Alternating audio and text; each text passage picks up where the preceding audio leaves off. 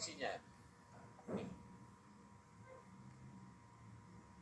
Ya, prevalensi dari gangguan tidur kita lihat hampir pada kelompok usia yang lebih muda itu gangguan tidurnya tidak sebanyak pada kelompok usia yang lebih lanjut. Kalau kita lihat pada usia 18-19 itu hampir 80% itu nggak pernah atau jarang mengalami gangguan tidur. Yang sering itu hanya 10 dan 3%. Dan uniknya yang usia muda ini laki-laki lebih banyak. Semakin bertambah usia, yang lebih banyak mengalami gangguan tidur umumnya adalah perempuan. Ya, perempuan lebih sering terganggu tidurnya daripada laki-laki. Dan pada bertambahnya usia kita lihat semakin besar persentase orang yang mengalami gangguan tidur. Jadi kita tidak perlu heran kalau orang tua kita yang udah umur 70-an tahun, 80 tahun mengeluh tidurnya tidak sebaik biasanya. Ya. Ini yang sudah kita singgung minggu lalu. Tahapan untuk tidur.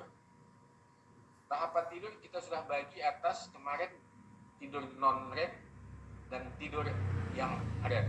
Jadi non-rapid eye movement dengan tidur yang rapid eye movement. Stage 1 dari non-REM tidur sleep itu adalah merupakan saat kita mau tidur. Jadi saat kita jatuh tertidur itu stage 1 dan umumnya lamanya itu 5% dari jumlah tidur normal kita. Kalau kita tidur sehari 8 jam, 480 menit. Jadi waktu untuk jatuh tidur yang normal itu 5% dari 480 menit, jadi sekitar 20-25 menit. Ya. Stage 2 ini adalah yang terbanyak. Jadi paling banyak masa tidur kita tuh berada stage 2 non-REM sleep. Ini adalah awal dari tidur yang sebenarnya. Dan 50% dari waktu tidur kita berada pada stage 2. Kalau kita tidur 6 jam, 3 jam dia berada di situ, itu pola tidur yang normal. Kalau dia 8 jam, dia akan tidur selama 4 jam di stage 2.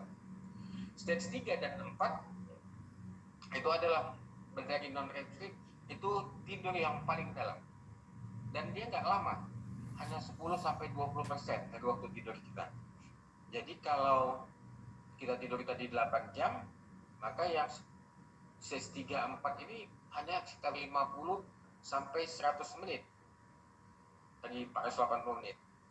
Sedangkan tidur yang REM, pada ini kita bicara tidur yang normal dulu ya.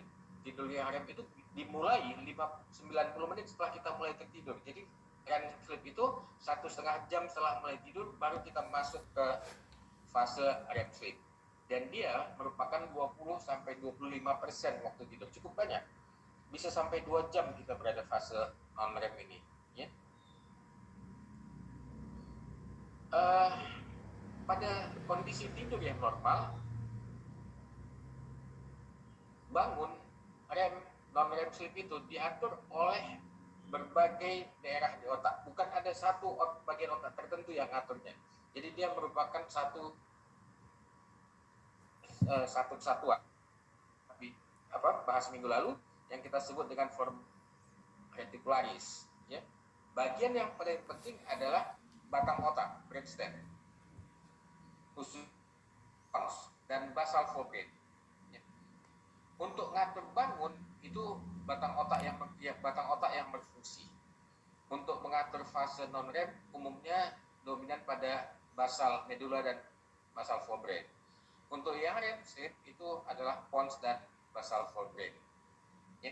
Jadi semua bagian otak ini ikut mengatur siklus bangun dan tidur kita yang minggu lalu kita sebut dengan nama formatio reticularis. Ya. Ini adalah sleep arsitektur. Jadi arsitektur kita pada orang muda dan pada orang dewasa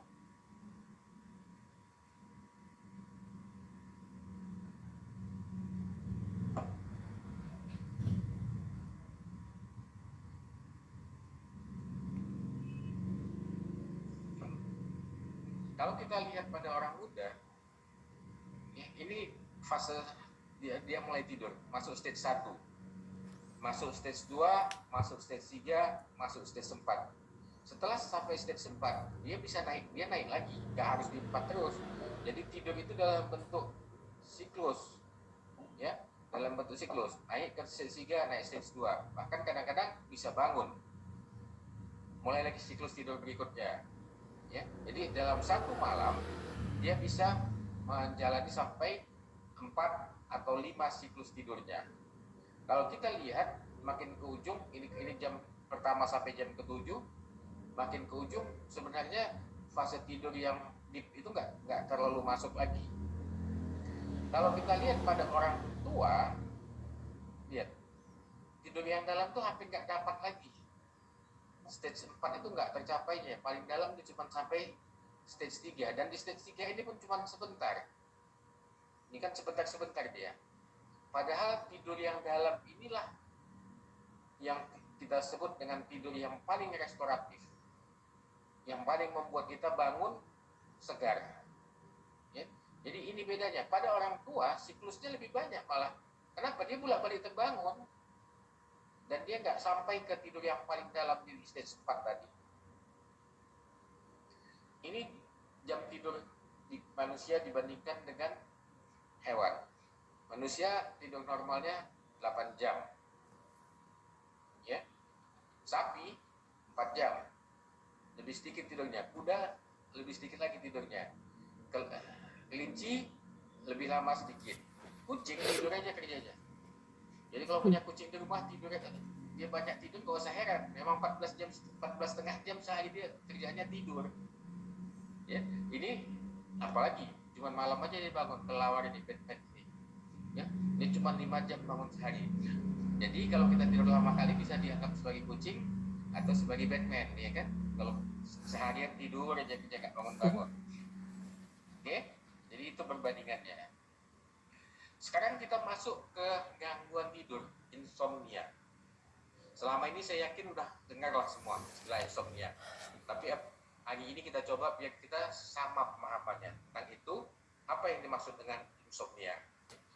Insomnia karakteristiknya ada 2.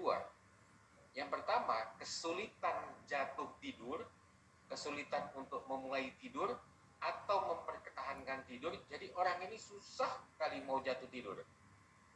Atau ada yang bisa tidur tapi bolak-balik terbangun. Karena ya. Yang kedua, ada orang yang mengeluh insomnia ini tidurnya tidak restoratif. Dia tidur tapi bangun tidur pagi lesu, nggak segar. Kenapa? Karena dia nggak dapat deep sleep-nya tadi. Fase tidur 3 dan 4 non-REM itu nggak tercapainya. Dia cuma di tahap 1, 2 aja. Jadi dia tidur 8 jam, bangun pagi nggak segar. Ya. Jadi orang gangguan tidur itu bukan cuma tidak bisa tidur. Ada orang yang kesulitan untuk memulai tidur, tetapi begitu tidur sampai pagi. Besok pagi baru jumpa. Ada orang yang mudah, dia bolak-balik terbangun. Nanti bisa tidur lagi. Kalau terbangun tiap jam kan mengganggu. Atau dua-dua udah nggak bisa, susah payah tidur, udah tertidur tiap jam bangun, ini lebih repot lagi. Ada yang satu ya dia bisa tidur, tapi nggak segar, lesu. Kita bagi 3 insomnia ini, yang sifatnya transit, short term dan long term. Ya. Jadi jangka pendek, sementara, jangka pendek dan jangka panjang. Kalau berdasarkan penyebabnya, insomnia ini kita bagi atas primary insomnia. Primary insomnia ini penyebabnya nggak tahu kita. Yang primer ini adalah faktor-faktor psikologis, lagi stres, besok mau ujian, merasa belum siap, tidur, orang tua sakit, anak sakit atau istri sakit, stres kan, akut, pasti sering mengalami gangguan tidur. Kemudian ada juga yang personality-nya, kepribadiannya. Ada yang learn association. Ada yang cognitive arousal. Ini asik memikir aja. Udah tidur pun otaknya bilang, tidur pun otak jalan terus, berpikir. Ya, biasanya karena ada beban pekerjaan atau beban yang terus mikir.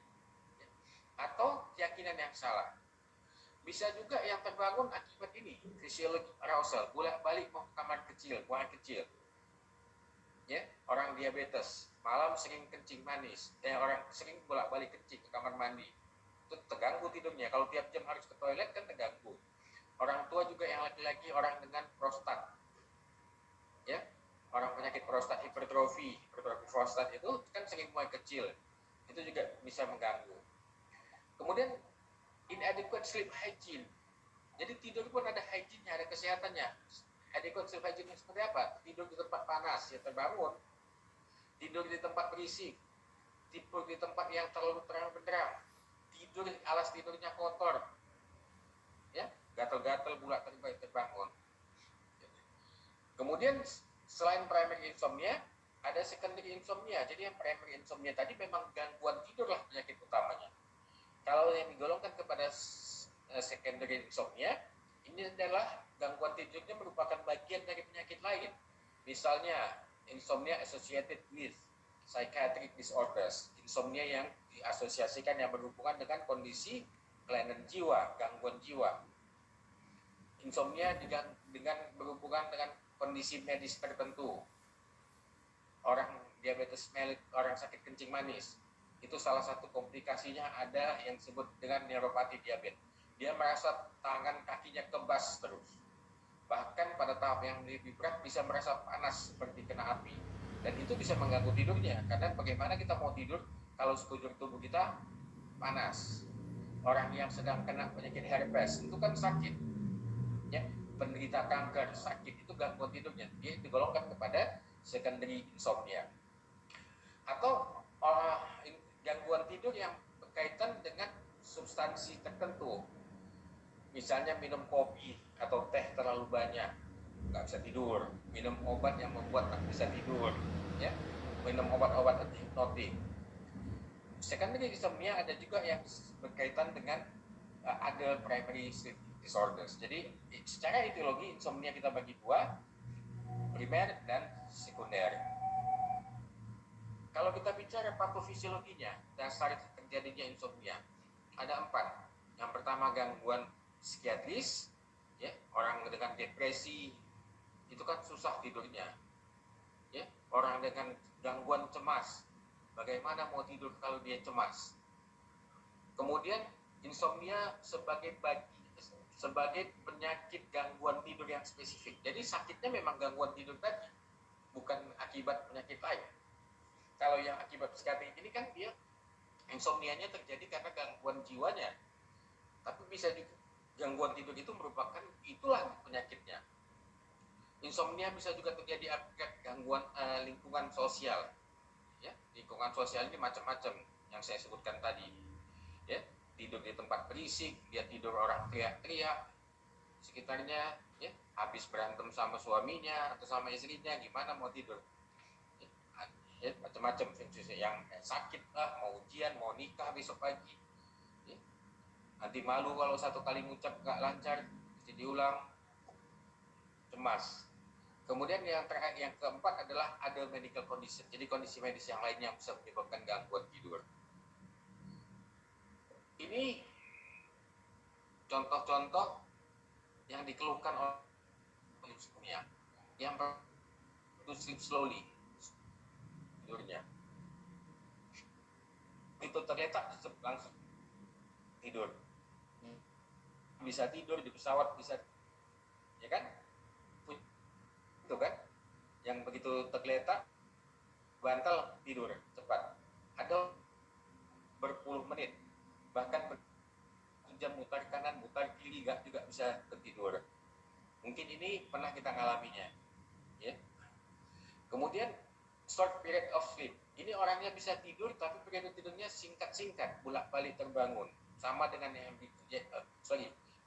orang ini tidurnya singkat, dia bisa tidur tapi hanya cuma bisa tidur 4 jam, setelah 4 jam terbangun, nggak bisa tidur lagi. Akibatnya apa? Kurang durasi tidurnya, lama tidurnya kurang. Yang ketiga, frequent awakenings, ini yang bangun bolak-balik, tiap 2 jam terbangun, mau ke kamar mandi atau karena sakit tangannya, sakit lututnya, ya.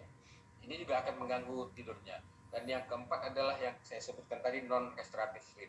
Orangnya tidur 8 jam tapi bangun tidur pagi dia tidak merasa segar, malah merasa lemas, lesu, ya. Bagaimana kita mendiagnosa untuk mencari penyebabnya? Ya. Sebentar ya. Halo? Ya. Bagaimana?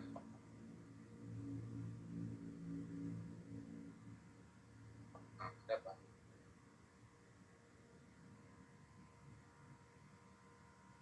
Ya. Mbak, saya sedang ngajar, Mbak. Boleh nanti aja ya. Ya, ya. Jadi mendiagnosanya yang pertama kita evaluasi, lakukan pemeriksaan. Yang kedua, cari riwayat menggunakan. Apakah dia menggunakan zat atau obat tertentu yang bisa menimbulkan gangguan tidur. Ya. Yang ketiga, faktor-faktor lain. Yang keempat, geriatri. Yang kelima, kalau perlu, tapi kita di sini belum punya cukup banyak pusat rujukan gangguan tidur. Ya, jadi harusnya ada pusat rujukan gangguan tidur dan dosis yang tepat. Ini adalah faktor-faktor yang bisa menimbulkan erosi, menimbulkan gangguan tidur. Ini gangguan jiwa tadi, psikotik. Orang dengan depresi, dengan cemas yang berlebihan bisa mengganggu tidur. Ini cemas, rasa bersalah, ya, kesedihan yang mendalam, marah. Orang marah juga tidurnya terganggu, ya kan? Elasi ini merasa kehilangan, baru ada sahabatnya meninggal, orang tua meninggal, ya, teman baik meninggal, ya, kehilangan. Kemudian ada masalah ya, ragu-ragu, ada masalah ada ide yang bikin dia nggak bisa tidur. Ini juga salah satu yang harus kita lacak. Jadi nanti kalau teman-teman tangani pasien tidur, seksual frustrasi secara seksual, dia merasa hubungan seksual antara dengan istrinya tidak sebagus yang dia inginkan, atau dia merasa cemas tidak mampu memuaskan keinginan istrinya. Kemudian kafein, ya, kopi atau zat-zat kimiawi lainnya, alkohol atau withdrawal dari obat, putus obat-obatan, stres, suhu yang terlalu panas, apnu, ini gangguan tidur, henti napas pada saat tidur, cahaya yang terlalu terang, suara yang bising, ada nyeri. Kalau perut mulas bagaimana lah mau tidur nyenyak, ya kan? Kalau perut mulas, kalau lutut sakit gimana mau tidur nyenyak? Kepala sakit mau tidur. Orang tua kan sering, sendi-sendinya udah sakit, rematik, dia itu akan mengganggu tidurnya juga, ya. Kemudian kelaparan, nah ini yang bahaya. Mau kurus malam nggak makan, jam 12 malam nggak bisa tidur, lapar baru makan. Nggak makan di jam 6, jam 7, jam 12 malam makan, habis makan tidur. Lebih bahaya lagi, mending makan jam 7 malam, nggak langsung tidur. Kan sering kejadian itu kan, takut gemuk, malam nggak makan, udah sampai jam 12 malam nggak juga ke situ, bunyi-bunyi perutnya, akhirnya jam 12 baru makan. Kemudian kurang olahraga juga bisa menimbulkan gangguan tidur. Jadi banyak sekali faktor yang bisa mengganggu tidur. Ini jenis-jenis insomnia berdasarkan terjadinya. Yang pertama kita golongkan sebagai transient. Kalau hanya terjadi beberapa hari, jadi transient insomnia itu biasanya akibat penyakit akut. Lagi tadi nggak bisa tidur tadi malam, mules terus balik kamar mandi, tapi 2 hari udah sembuh, kan? Kemudian social stress yang tadi, anak sakit, orang tua sakit, mau nikah, ya, besok pagi mau wawancara kerja, tak bisa tidur malam, stres, bayangkan besok apa yang terjadi.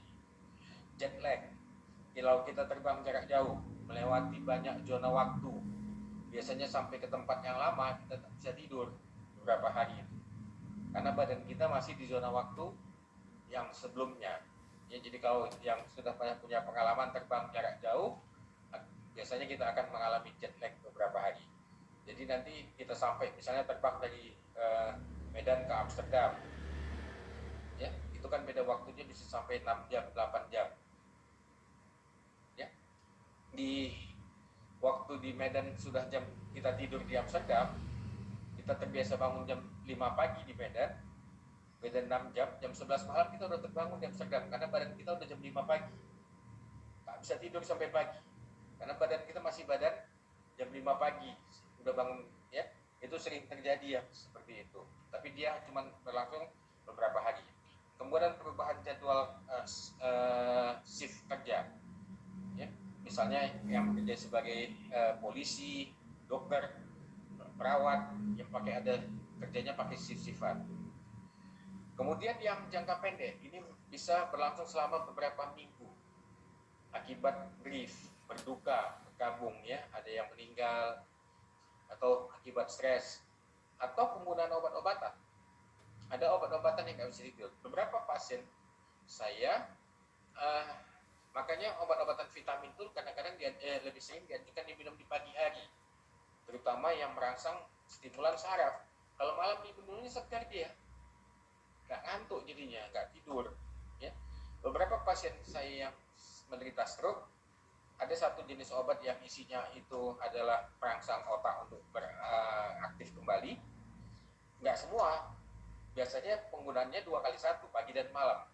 Tapi beberapa terpaksa saya adaptasi, saya buat adjustment, penyesuaian, 2x1-nya pagi dan siang. Kalau diminumnya malam, dia jadi segar, tak bisa tidur.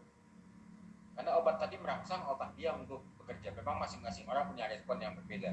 Tapi itu pentingnya kita menanyakan obat-obat apa yang digunakan oleh pasien. Insomnia yang kronik ini berlangsung bisa berbulan-bulan sampai bertahun-tahun. Misalnya akibat penyakit medical illness. Ini COPD ini penyakit paru obstruktif menahun, chronic obstructive pulmonary disease. Misalnya asma yang kronis, ya, dia tidurnya kan masih bunyi, nafasnya bunyi-bunyi nggak enak, itu akan mengganggu tidurnya. Pasien TBC paru yang kronik, perokok hebat waktu mudanya, udah tua nafasnya jadi kurang baik, jadi penyakit paru kronis. Kemudian kondisi psikiatris, misalnya depresi, pasien-pasien depresi itu menimbulkan gangguan tidur jangka panjang. Kemudian psikofisiologikal insomnia, gangguan psikologis yang menimbulkan insomnia, ini nanti jatah teman-teman lain. Kemudian stres yang berkepanjangan, kronik, bereavement, merasa kehilangan yang nggak tuntas juga berlama-lama, ya. Ditinggal orang tua, dukanya panjang, berkepanjangan, sehingga muncul gangguan tidurnya berkepanjangan. Kemudian alasan perilaku, kebiasaan minum kopi yang menimbulkan gangguan tidur, terutama kalau minumnya di malam hari. Kemudian yang primary sleep disorders itu bisa menyebabkan gangguan tidur jangka panjang. Penyebabnya contohnya adalah sleep apnea yang tadi, orang yang tidur, yang minggu lalu sudah pernah saya jelaskan, tidur pada saat tidur, kalau kita perhatikan ada saat-saat dia berhenti bernafas beberapa detik, ya. Kemudian periodic limb movement, ini satu penyakit gangguan tidur juga. Orangnya tidur tapi kakinya nggak bisa diam, bergerak-gerak terus. Kalau tidur sama istri bisa nendangi istrinya ini. Jadi ada gangguan tidur yang pada saat tidur kakinya itu bergerak-gerak terus. Dia tidur dan dia nggak sadar kakinya bergerak. Yang tahu biasanya pasangannya, habis karena bolak-balik kena tendang. Kakinya bergerak-gerak terus ke kanan kiri, ya, bolak-balik kena tendang. Yang tahu pasangannya. Yang susahnya yang tidur tak sadar itu, dibangunkan dikasih tahu nanti nggak percaya. Ya, namanya periodic limb movement, jadi gerakan kaki yang periodik. Ini juga kalau yang ini pada kerjanya periodik, yang restless leg syndrome ini kerjanya terus-terus, kakinya nggak bisa diam, bergerak terus. Ya, kalau yang periodik tadi ada periodenya, nanti bergerak berhenti, bergerak berhenti. Kalau restless leg syndrome ini kakinya bergerak terus sepanjang dia tidur. Ya, bukan bergerak kayak orang jalan, bergerak ke tempat di kanan kiri tempat tidur tadi. Ya, kayak orang kalau kita gelisah, kanan kaki kita bergerak kanan kiri. Dan yang ketiga adalah narkolepsi. Sekarang bagaimana kita melakukan pendekatan untuk mengatasinya? Kata kuncinya adalah yang pertama, hal sedapat mungkin usahakan cari penyebabnya apa. Jadi sebenarnya kalau menangani gangguan tidur ini kita harus meluangkan waktu untuk mencari penyebabnya apa. Cuma kadang-kadang bagi sebagian teman-teman, apalagi kalau di prakteknya banyak orang, pasien udah ngantri, nggak mungkin dia meriksa ini sampai 1 jam, 1 orang, marah pasien lainnya. Sebagian ya udah tadi nggak bisa tidur, Bu, langsung resepkan obat tidur tanpa dicari apa penyebabnya, ya. Itu jalan pintas yang sebenarnya kurang efektif. Kemudian anjurkan pasien jangan lagi minum alkohol. Kalau dia minum alkohol mungkin kita tidak terlalu banyak, dan jangan minum lagi yang mengandung kafein. Jangan minum kopi, jangan minum minuman botol yang kadang-kadang orang lupa, minuman botol soda itu banyak yang mengandung kafein. Coca-Cola itu kan ada kafeinnya, coba baca. Ya kan? Apalagi minuman-minuman energy drink itu. Jadi kita harus sarankan ke pasien jangan minum ini begitu matahari sudah terbenam. Ya. Kemudian cari semua kondisinya. Kalau dia ada gangguan berkemih, ya suruh dia berobat kemana. Kalau infeksi saluran kencing, berobatkan ke penyakit dalam. Kalau akibat prostat hipertrofi, ya diobati dulu. Biar kita gangguan tidurnya tidak diatasi semata-mata dengan obat yang sifatnya hanya temporer, bukan tuntaskan penyakitnya. Ya. Kemudian, kalau kita menangani panggilan tidur, ya kita harus memberikan nasihat-nasihat yang arahan-arahan yang benar. Bisa juga dicoba herbal remedy. Ya, jadi obat-obatan herbal boleh, silakan. Kemudian bisa juga disarankan untuk menggunakan suplemen makanan. Ya. Bila perlu, baru digunakan obat-obatan. Ya. Pengobatan lain yang bisa bermanfaat juga, misalnya akupuntur, aromaterapi, ayurvedic medicine, chiropractic kalau dia sakit punggung yang lama-lama, ya, kenapa dia nggak bisa tidur, kenapa punggungnya sakit terus sepanjang malam, ya gitu, coba mengobati punggungnya bila perlu dengan chiropractic, atau dipanasi punggungnya dengan meditasi, ya. Banyak upaya-upaya yang bisa kita lakukan selain dengan memberikan obat-obatan. Ini saran-saran yang bisa kita berikan kepada orang dengan gangguan tidur. Mungkin ini bisa bermanfaat buat teman-teman nanti, karena teman-teman tidak bisa memberikan obat. Ya. Yang pertama, regular bedtime. Dia harus tidur jam 10, dia tidur jam 10, dia harus naik ke tempat tidur. Gak ada alasan, belum selesai tugas untuk besok. Jadi kalau orang dengan gangguan tidur, jam 10 dia bisa tidur, jam 10 dia tidur. Dia bangun jam 5, jam 5 dia harus bangun. Mau ngantuk kayak apapun harus bangun. Jadi harus dilakukan suatu upaya conditioning. Ya. Jadi melatih kembali tubuhnya. Jam 10 tidur, jam 5 bangun. Jadi malam belum ngantuk, nggak ada. Naik tempat tidur jam 10. Belum selesai, belum tugas, besok kerjakan lagi. Jam 10 dia tidur. Jam 5 pagi, waktu bangun, masih ngantuk, cuci muka. Jangan dibiarin dia tidur lagi sampai lewat. Ya, dia harus melakukan conditioning terhadap tubuhnya. Jadi regular bedtime, regular time for arousal. Mulai tidur pada jam yang sama, bangun tidur juga pada jam yang sama. Kemudian jangan tidur siang. Ini terbalik kan? Orang nggak bisa tidur malam, dihajar tidur siang berjam-jam. Nggak bisa tidur malam, nanti pagi habis sarapan jam 8 tidur sampai jam 12 siang. Sore tidur lagi, ya nggak bisa lagi ya tidur malamnya. Udah tidur dia 6 jam di siang hari. Ya, jadi kalau orang yang dengan gangguan tidur, nasihat yang kita berikan jangan tidur siang, ngantuk tahankan aja biar malam ngantuk. Yang ketiga, exercise. Kita minta dia olahraga ringan, tapi bukan saat mau tidur. Ada orang nggak bisa tidur, di situ pula dia olahraga, naiklah denyut jantungnya, naik tensinya, ya makin nggak bisa tidur dia. Ya, jadi kita minta olahraga di pagi hari. Lakukan aktivitas yang merelaksasinya. Kalau bisa yoga, kalau nggak bisa, kerjakan hobi apa yang senangnya, ya, hobi kita.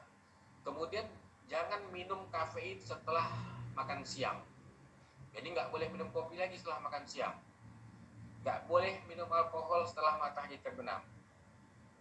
Ya, jadi ini beberapa tips yang bisa kita berikan. Yang lain, tempat tidurnya harus nyaman tidak harus mewah. Yang penting bersih, ya, nggak ada yang membuat rasa sakit. Kemudian hening, jangan tidur tempat tidur yang bising. Ya. Kemudian jangan terang, gelapkan ruang tempat kita tidur. Lakukan aktivitas yang calm itu yang menenangkan sebelum tidur. Apa kalau senang menyanyi, nyanyi dulu. Jangan lagu rock lah, makin segar nanti nyanyinya lagu-lagu yang senang, yang tenang-tenang, ya. Senang apa? Aktivitas menjelang tidur, stretching sedikit, silakan. Kalau terpaksa tidur di tempat yang ramai, pakai penutup telinga. Ada kan earplug tuh, tutup telinganya.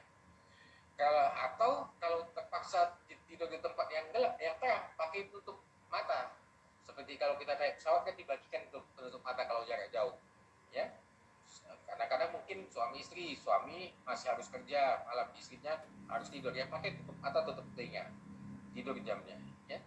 Kemudian gunakan tempat tidur itu hanya untuk tidur, membaca, dan aktivitas seksual. Jangan kerja di situ. Jangan makan di tempat tidur. Jangan kerjakan tugas di tempat tidur.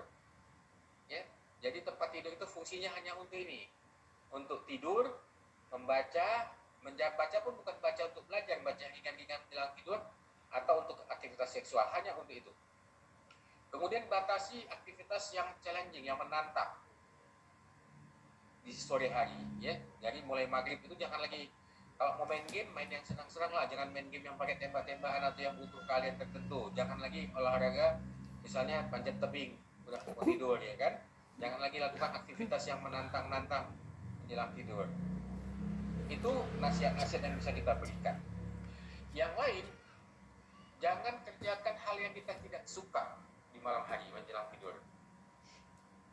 Kita kan punya kerjaan yang kadang-kadang memang terpaksa kita kerjain. Apakah ibu-ibu ini nggak suka misalnya harus membersihkan kamar mandi, ya jangan kerjakan malam-malam, pagi-pagi kerjakan.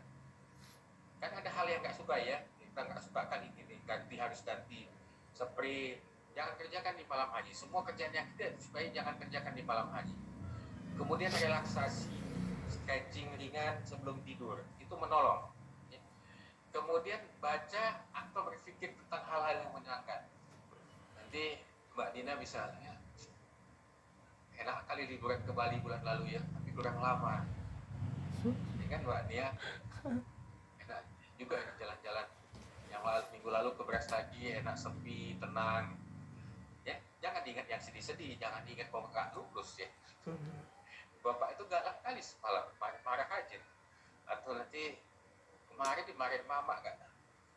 Jangan diingat yang kayak gitu-gitu, ingatlah hal-hal yang menyenangkan. Jangan ingat yang nggak enak. Kemudian buat sebagian orang bisa kita anjurkan dengan tekan musik, ya musiknya ya musik yang menenangkan lah, instrumental, ya, atau nonton TV. Tapi jangan nonton TV film horror, nanti tidur pula nanti. Ya, nonton TV jangan nonton TV, tapi kita nonton yang hal-hal yang menyenangkan. Satu lagi yang penting juga, kalau kita 30 menit sudah tempat tidur nggak bisa tidur juga, bangkit. Jangan paksa. Ya, jangan paksa harus tidur terus, bangkit. Buat yang suka susu, bangkit buat segelas susu hangat, minum susu dulu. Ya. Atau yang buat lagi kerjaan-kerjaan yang menyenangkan tadi, mau stretching lagi, silakan. Ya kan? Pokoknya kerjakan hal-hal yang menenangkan hati, atau mandangi foto-foto waktu liburan, ya, foto-foto waktu nikahan. Nanti baru coba tidur lagi. Jadi kalau udah 30 menit nggak bisa juga tertidur di tempat tidur, jangan paksakan, bangkit dulu, ya, kerjakan hal-hal lain.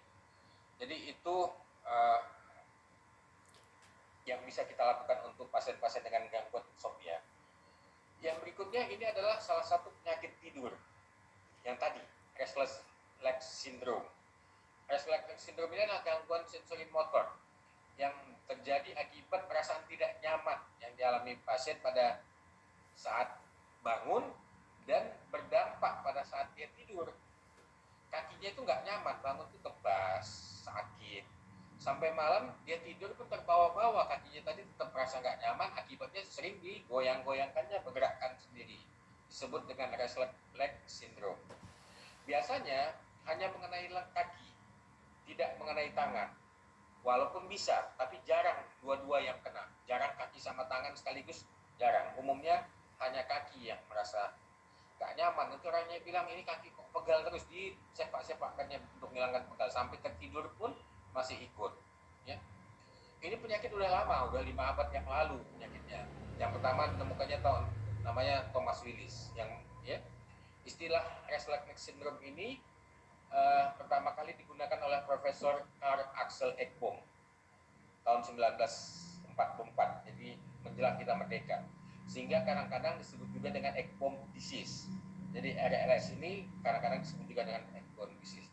Disebut sindrom kumpulan gejala karena penyakit ini ciri-cirinya ada sekumpulan gejala, bukan ada spesifik satu gejala khusus. Jadi kumpulan gejala. Jadi digunakanlah istilah sindrom, Restless syndrome. Di abad ke-19 disebut namanya ansietas diabarum di Jerman, di Prancis namanya impatience muscular. Ya. Tahun 1923 nama RLS ini pertama kali digunakan. Oppenheim menyatakan RLS ini adalah gangguan saraf. 1 abad yang lalu sudah dinyatakan ini adalah gangguan saraf. Ya, yang pertama kali menamakannya adalah Prof. Axel Ekbom, tapi yang menyatakan ini adalah gangguan saraf sudah 1 abad yang lalu. Ini prevalensinya kita lihat sama seperti gangguan tidur tadi, makin tua makin bertambah, walaupun di atas 80 tahun dia akan menurun lagi prevalensinya. Yang banyak itu antara 50 sampai di bawah 80 tahun. Tapi yang muda juga bisa.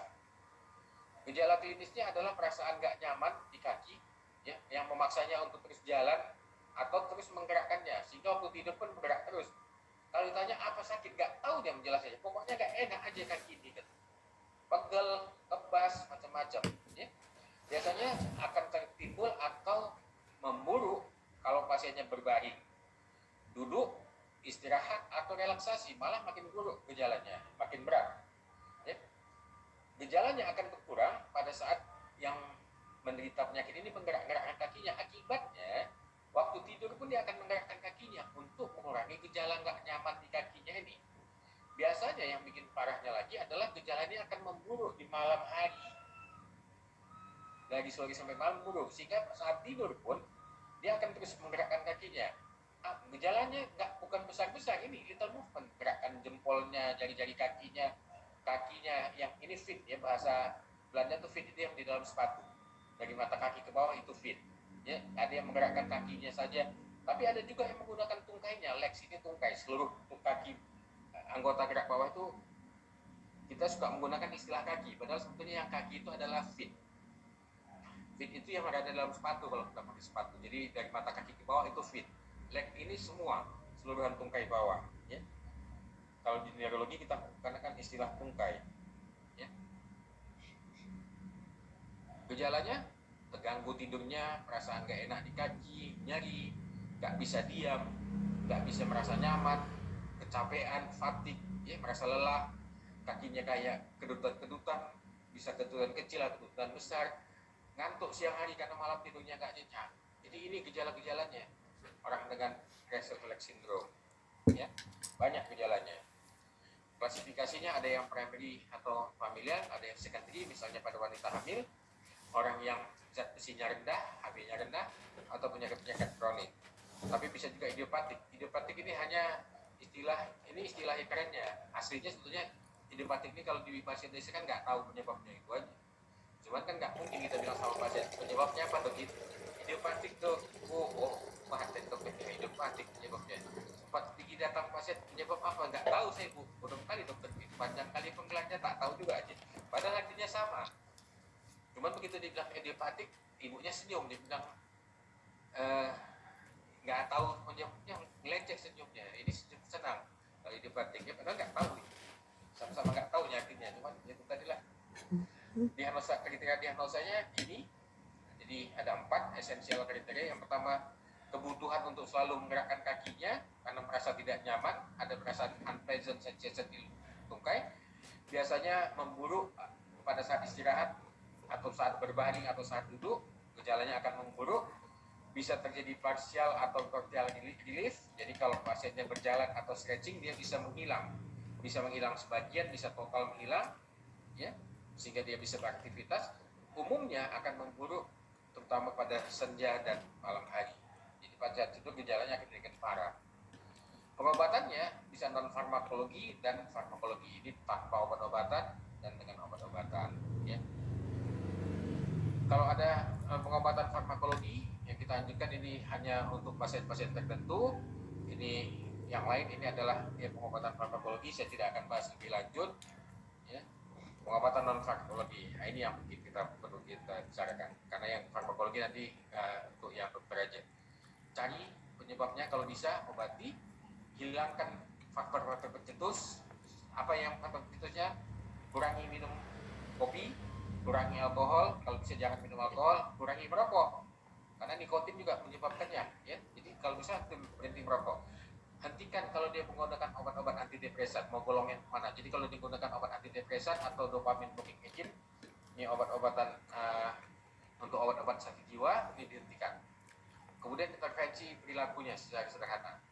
Anjurkan pasien untuk jalan sebentar, jalan-jalan sebentar dalam kamarnya atau di samping ruang tamu sebelum tidur. Bisa mandi air panas. Jadi sebelum tidur dianjurkan untuk mandi air hangat atau air dingin, ya. Jadi salah satu caranya. Sebelum tidur pijat kakinya. Ya, mau pijat sendiri, mau dipijatkan pasangannya silakan. Ya enggak, ya mau dipijat suami atau dipijat istri silakan. Ya enggak boleh kalau dipijatkan suami orang, itu enggak boleh, ya. Pijatkan istri orang itu enggak boleh. Kalau istri sendiri ya enggak apa-apa, atau suami sendiri yang pijatnya sebelum tidur itu silakan. Enggak boleh isi tetangga, enggak boleh suruh pijat kaki kita sebelum tidur. Kemudian anjurkan untuk melakukan aktivitas fisik olahraga yang moderat tapi teratur. Ya. Yang lain, waktu tidur dan waktu bangun harus teratur. Kemudian batasi yang tadi, sama seperti orang tidur, di tempat tidur itu hanya untuk tidur dan aktivitas seksual. Kemudian hindari aktivitas yang menantang, yang menegangkan sebelum tidur. Itu yang terakhir. Mudah-mudahan kita bisa tidur kayak Sleeping Beauty ini setiap malam agar paginya bangun dalam keadaan segar. Silakan kalau ada yang mau bertanya, mudah-mudahan bukan karena pengalaman pribadi.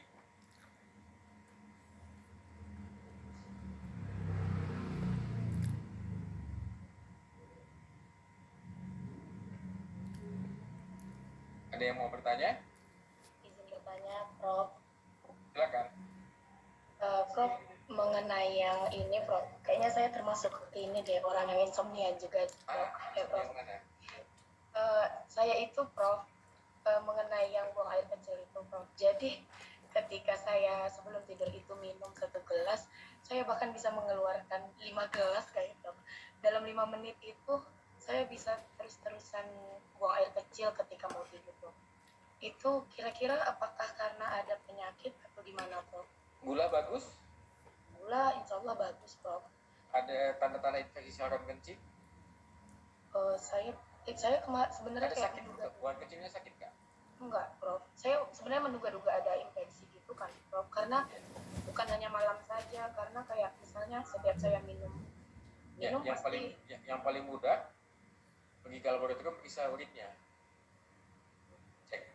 Nanti kan ada hasilnya, ada tanda-tanda infeksi di situ atau enggak. Itu yang lebih objektif ya daripada kita rasakan. Kalau nggak ada itu semua, artinya batasi minum. Menjelang habis maghrib jangan banyak minum lagi, ya. Minumnya di tempat lain, minumnya di waktu-waktu lain lagi. Kalau memang karena minum itu bolak-balik ke kamar mandi kan mengganggu. Jadi menjelang habis maghrib jangan lagi banyak minum. Minumnya sebelum maghrib, dari mulai bangun pagi sampai minum maghrib aja, ya. Ya kali seperti itu, tapi pastikan dulu nggak ada infeksi saluran kencingnya. Oke, Mbak. Tadi? Prof, boleh satu lagi, Prof? Boleh, silakan, Pak. Prof, saya juga tipe orang yang kalau berpindah untuk tidur, misalnya kita nginep di tempat lain, itu adalah tipe yang susah, Prof. Dan satu lagi, setiap saya pindah tempat tidur atau ke rumah orang tuh, saya sering merasakan itu, Prof. Kalau bahasa ininya ketindihan atau sleep paralysis. Itu memang karena saya kelelahan atau saya butuh waktu untuk adaptasi? Ya. Saya sendiri merasakannya. Dulu saya nggak pernah kayak gitu, Mbak Sari. Saya kan karena tugas sini pergi-pergi sana kemari. Kadang-kadang perginya cuma 1 malam aja. Ya datang kerja. Kan sering dulu kalau pengalaman saya nginapnya pun saya dekat airport supaya besok pagi bisa pulang pesawat pertama. Tapi setahun terakhir ini saya mulai mengalami itu. Dulu nggak pernah dia pindah tidur di hotel, mana gampang aja tidur. Tapi setahun terakhir ini di hotel ya.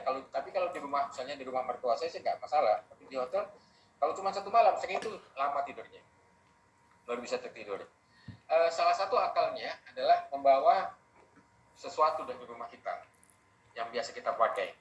Misalnya apa? Pakai sarung bantal sendiri. Jadi sarung bantal hotel tadi tutup lagi pakai sarung bantal kita. Atau bawa bantal kecil yang biasa kita gunakan untuk tidur, misalnya kalau ada bantal kecil. Jadi ada sesuatu yang remind kita, mengingatkan dengan tempat tidur kita. Atau Mbak Sari biasa meluk boneka beruang kecil, ya bawa bonekanya kemana-mana. Ya, pokoknya ada sesuatu yang paling gampang mungkin di sarung bantal, karena kan bisa dilipat, nggak membebani koper. Kalau bawa bantal kan, kalau bantalnya besar ya penuh lah 1,5 koper, dan bantalnya di sini. Gitu ya Mbak Sari ya. Itu karena adaptasi orang beda-beda dengan lingkungan baru. Oke, mudah-mudahan bisa nolong. Terima kasih Prof. Ya, sama-sama. Silakan yang lain. Dok, saya ingin Silakan bertanya. Mbak ya. Kan ini tadi saya ada nulis yang tentang insomnia itu kan ada 2, primary sama secondary. Ini kan saran-sarannya lebih untuk orang dewasa ya dok. Kalau misalnya untuk anak-anak, misalnya anak-anak kan ada yang mungkin sekarang ada yang insomnia gitu karena kebanyakan screen time. Itu sarannya bagaimana ya dok? Kalau untuk anak-anak. Terima kasih. Enggak, anak-anak yang apa? Insomnia, susah tidur. Anak-anak yang susah tidur, cari penyebab. Apakah karena dia ngompol bolak-balik? Ya, kan anak-anak mungkin nggak bisa tidur karena dia basah. Iya. Atau yang sering kalau anak-anak lagi ada yang nakut-nakuti dia, yang tadi false belief tadi, makanya kalau tidur ada hantu. Atau jangan-jangan malam sebelumnya dia pernah tidur mimpi jelek. Coba komunikasi aja, kenapa dia susah tidur. Kadang-kadang ada yang bilang itu ada bayangan di situ, dia lihat, yang padahal nggak ada. Padahal kadang-kadang dia lihat mungkin ada sapu lidi di atas lemari yang terlihatnya dalam bentuk beda. Jadi kita cari, diajak komunikasi Mbak, tanya penyebabnya apa. Oh Ya. ya. Oke? Berarti penanganannya tergantung dengan alasan dia kenapa. Iya, dicari. Sedapat kan tadi tarik apa penyebabnya. Memang butuh waktu nanyanya. Apalagi kalau dengan psikolog kan terbiasa lah bicara, mendekatinya, tahu caranya. Ya, Iya. Terima kasih ya dok. ya sama-sama.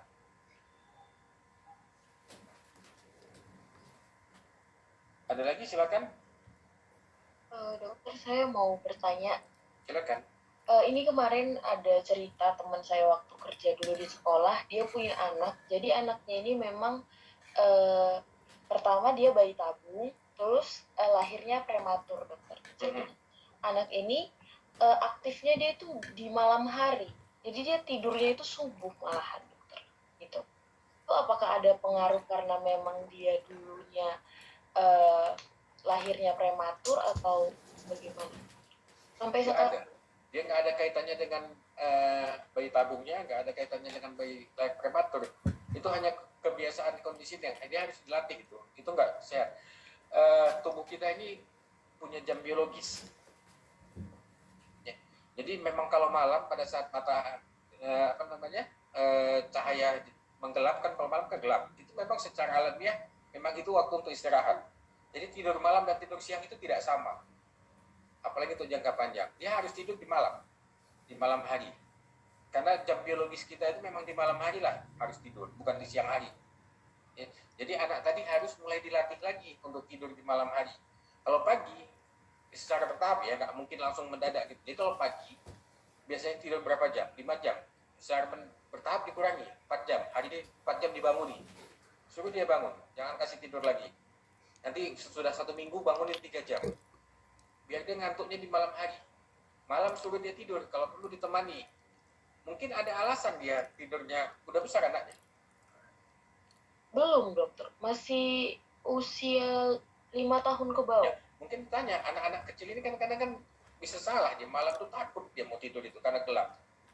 Mungkin orang tuanya tidur dengan matikan lampu. Tanya sama anaknya tadi, kenapa dia nggak mau tidur malam? Dicarikan alasannya ya. Cari penyebabnya sama seperti yang tadi. Oke? Baik, dokter. Terima kasih. Terima kasih. Silakan. Dok, saya ingin bertanya. Ya. Misalnya gini dok, jadi kalau misalnya malam kan tidurnya 6-8 jam. Nah, kalau misalnya ada orang yang tidurnya cuma 4 jam, lalu diganti lagi 4 jamnya lagi di siang hari, apakah boleh dok? Beda. Karena kan kalau misalnya 4 jam kan kurang, jadi Ya. siangnya digantinya lagi ditambahnya. Kalau untuk jangka pendek boleh. Misalnya memang ibunya sakit malam, dia jaga malam di rumah sakit. Ya. atau dia memang kerjaannya perawat atau dokter yang tugas malam. Tapi untuk jangka panjang itu nggak dianjurkan. Tidur siang dan tidur malam itu beda.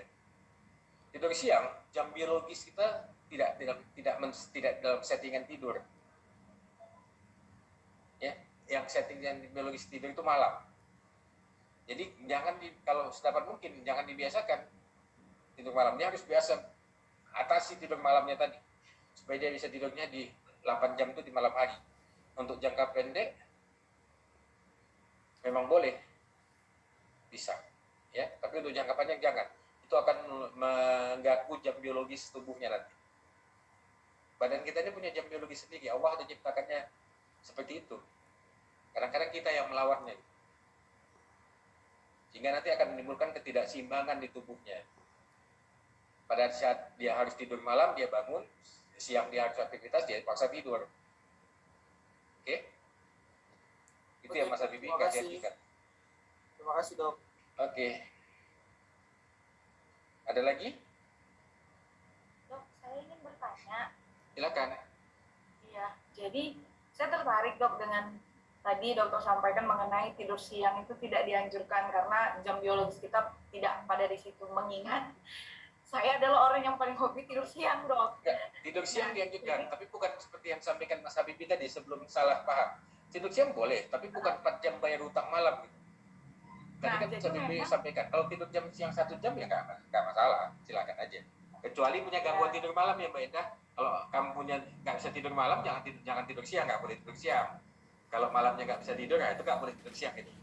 Oh, jadi dok, misalnya kalau untuk tidur siang itu paling 1 jam gitu ya dok ya. Ya. Soalnya memang yang Mas Biu tadi tanyakan itu hal yang selalu saya lakukan gitu dok. Nah, 4 jam tidur siang hari kan? Iya, maksudnya dia memang saya karena movementnya itu besar gitu kan dok.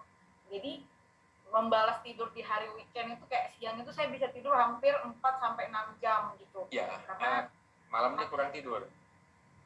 iya, malamnya jadi saya begadang lagi gitu dok. Ya, itu kan cuma weekend. Heeh. Jadi Iya, bukan suatu jangan dibiasakan tiap hari kayak gitu. Jangan jadikan kebiasaan setiap hari, karena ini kan sifatnya transient, hanya Sabtu atau Minggu. Gak apa-apa, tapi jangan jadikan kebiasaan tiap hari tidurnya cuma 4 jam, siang tidur 4 jam lagi gitu. Jangan dari Senin sampai Sabtu, Mbak Endah. Kalau cuma sekali seminggu itu masih tidak terlalu terganggu tubuhnya.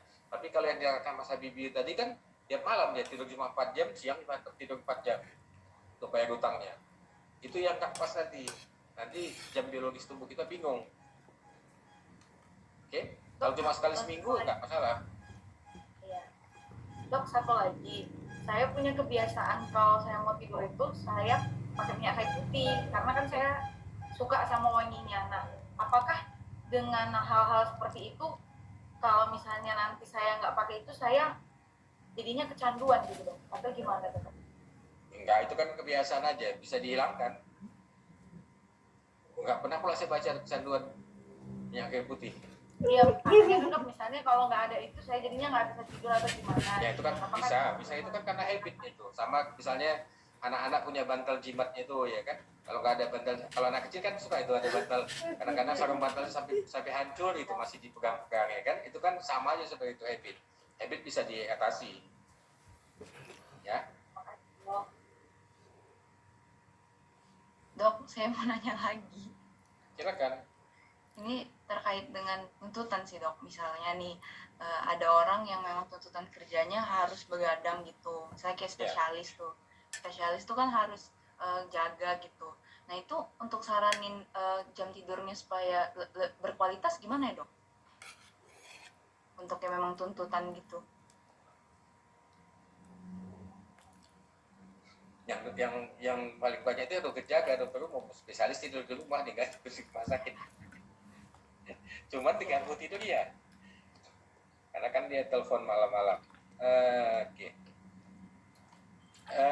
Dia harus bisa jadi memanfaatkannya. Jadi kalau misalnya tugas di rumah sakit, begitu kosong ya buat tidur. Ya, jangan lagi ada kosong dibuat ngobrol gitu. Karena ada orang jaga malam, ada jam 12 nanti kosong sepi pasiennya bisa tidur, manfaatkan aja untuk tidur. Itu yang memang salah satu penyebab gangguan tidur tadi, Pak. Dia kan yang itu tadi, orang yang bekerja dengan shift-shiftan. Ya. Dengan shift-shift, pakai shift dia itu yang mengganggu tidur. Jadi salah satu penyebab gangguan tidurnya. Cuman kan biasanya orang seperti itu kan pasti ada off-nya kan, dia jaga malamnya paling lama kan seminggu. Kalau kayak perawat di rumah sakit 3 hari udah